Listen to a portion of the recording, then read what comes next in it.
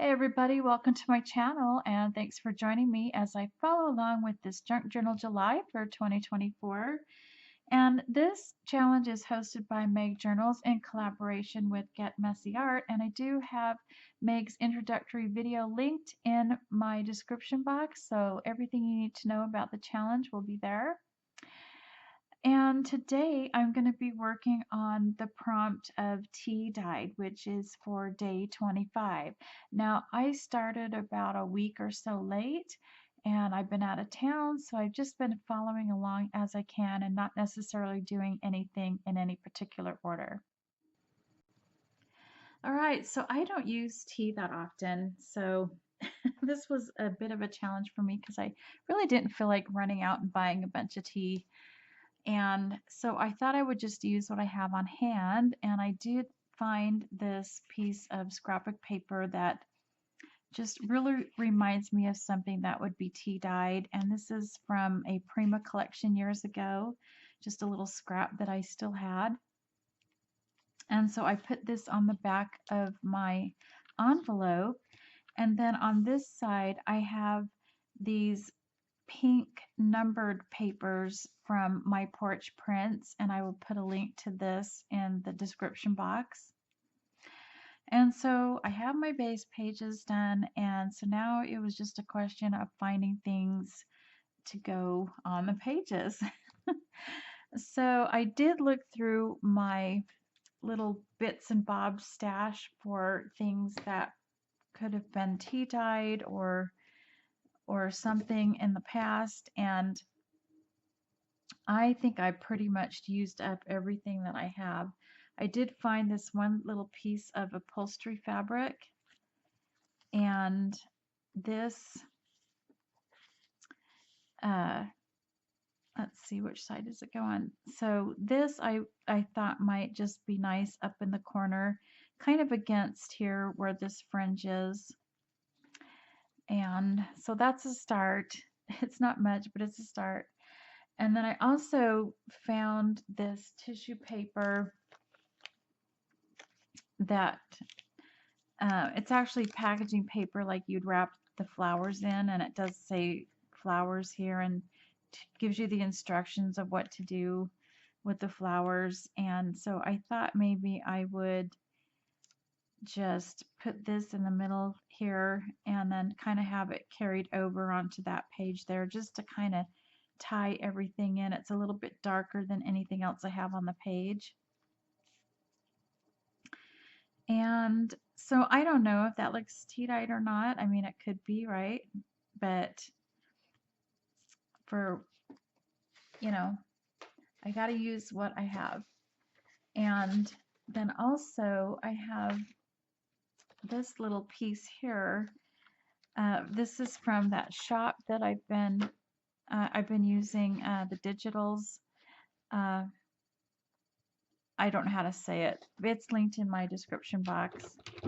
And here's a little piece of ephemera that says teas and coffees. Now I've been using this. I printed some of these things out twice, and I printed some things out in a different size. So I know I've used a bit of this particular ephemera somewhere. But I'm going to cut this out again, and if I feel like this is too large, I might print it out smaller.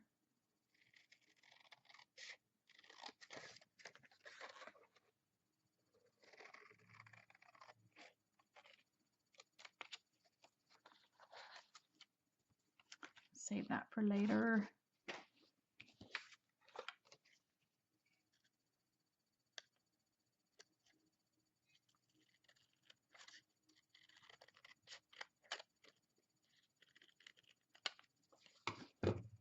Okay, that's pretty big. It takes up the whole page.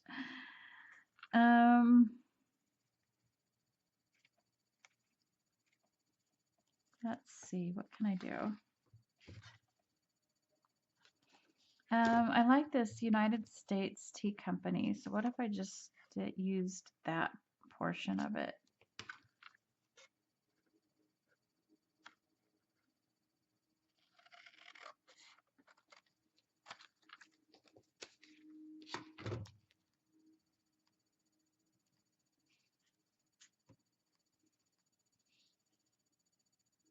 I can do this, or I can put it up here maybe.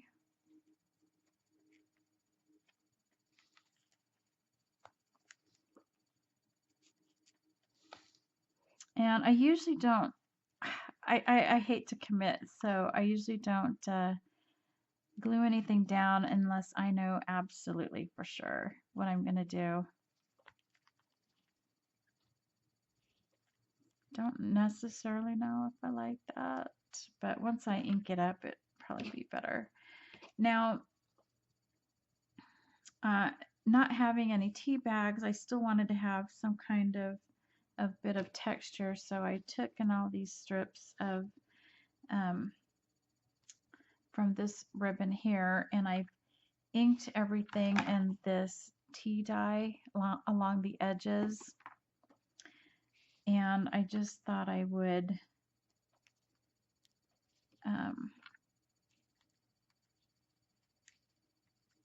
see what they look like here and there. So I'm just going to glue these fabric pieces down as I go and just getting everything to my liking. I adjust that floral wrapping paper a little bit and continue sticking all the fabric pieces down. I do have a couple pieces left at the end, and I chose to put the bigger one on the left side just to give me more to work with. I don't know what I'm going to do with it yet, and I just don't need that big of a piece to go underneath the paper on the right side. So I'll stick that down, and then I'll be finished with that.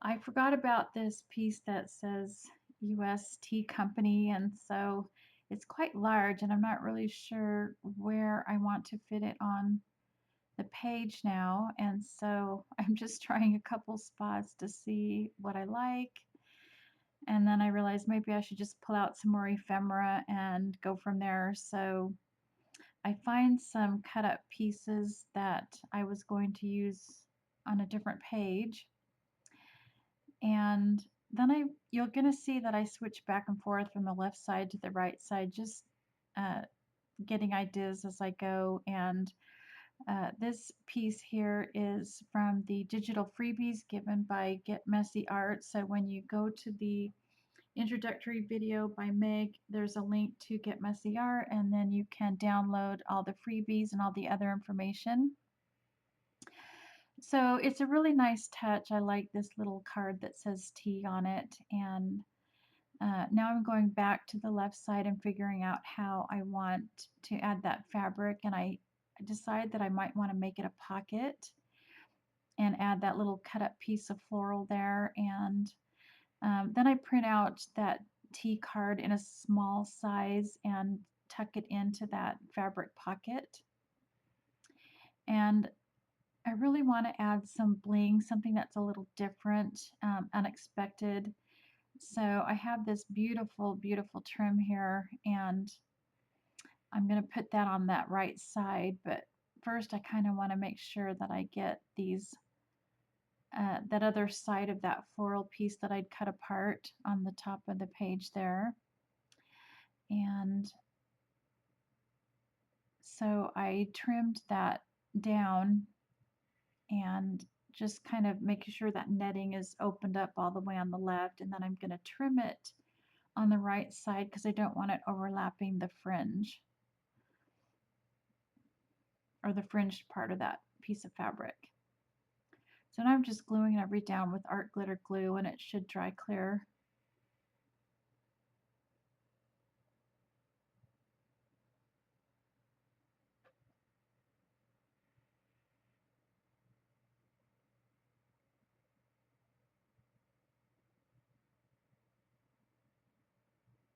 I'm just gluing that netting down in places where I felt like it was kind of bubbled up or might catch on things. And so now I'm just gluing down that little card. I decided not to keep it a pocket because it just wouldn't stay, and the fabric was a little too flimsy. So then I add some tag toppers to the tag. Sorry, I'm out of frame a little bit here, and just glue that tag down onto the fabric.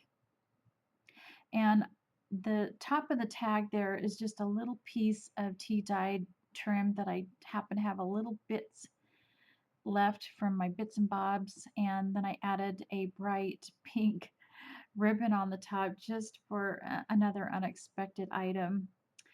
And I had to print that US Tea Company sign a little bit smaller, about 50% actually. And then I'm just adding more of that little bit of tea dyed trim and some more of that bright pink.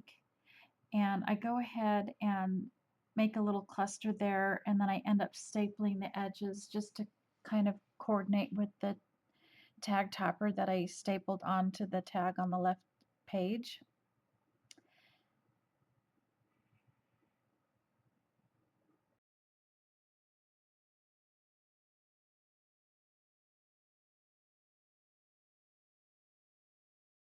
Here I'm just adding some stickles to the bee that I found in my stash. And I think this bee just gives it a really fun added touch. And then I go ahead and add a little gem to the center of the bee.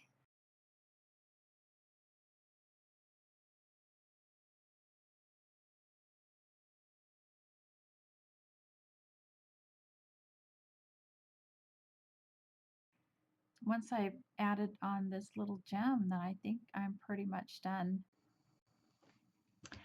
Well, I think it turned out pretty good considering I had to improvise since I really didn't have anything tea dyed or any tea bags or anything like that. And I don't think it would have been as satisfying or as easy to do these pages without having these freebies from Get Messy Art. So I'm glad that I was able to take advantage of that, and I think it just really added to the pages.